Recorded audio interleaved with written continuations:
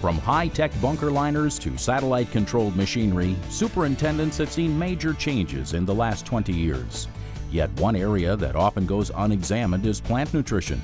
Today, you can choose from dry granulars, liquid soil products, and liquid foliar products. But it's important to your success to understand the differences between them. Well, liquids and foliars are confused because they're both applied through a sprayer. Foliars, for example, are intended to be intercepted by the leaf blade, meaning that the key point is low volume. Liquids, on the other hand, are intended to be delivered at a high volume so that they go on the ground and pretty much act like a granular would. Since liquid soil and granular fertilizers are delivered through the soil, they are affected by soil pH levels. This means uptake is dependent on the health and functionality of the root system. In contrast, foliar fertilizers bypass the root system, making soil pH and root functionality irrelevant.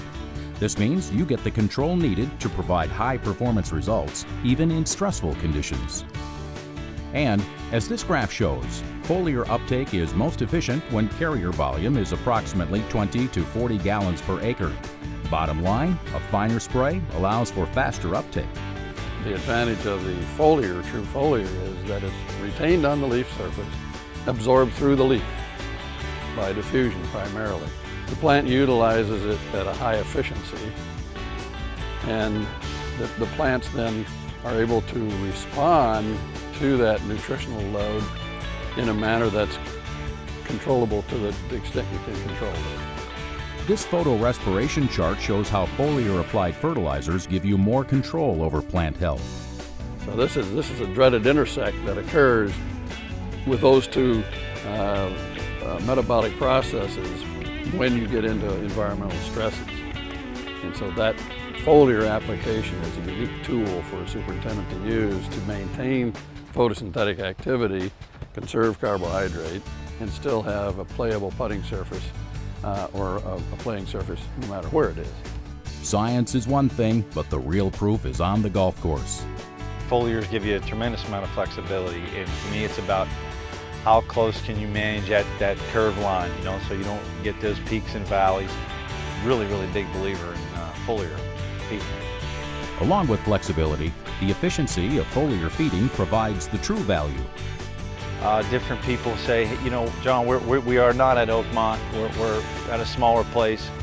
We can't do the foliar thing, and I would really counter that by saying, you know what? I think if you try it, work with somebody to start out a small program, and get a prescription prescribed to what your golf course needs, I think ultimately you will actually save money in the long term, because you will see that the health of your golf course is going to be better. The healthier your turf is, the better chance you have of sustaining, or coming through something that's very difficult.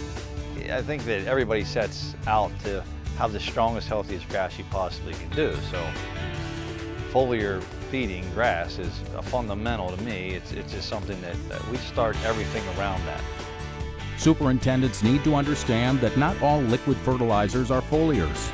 Most synthetic chelates, used in soil liquids to keep them from tying up in the soil, form extremely strong bonds, which ultimately inhibit foliar uptake and bioavailability. On the other hand, products designed specifically to be taken in the plant foliar leaf use organic complexes, which the plant desires and allows for best foliar uptake.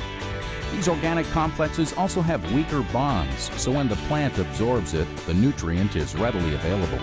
Lastly, organic complexes, as compared to synthetic chelates, are technically superior and of higher quality, affording better uptake and control. And it's incumbent upon the end user to be very familiar with what the label says about the source of that nutrient. Those things that maximize availability of nutrients in solution are the ones that work best for foliar.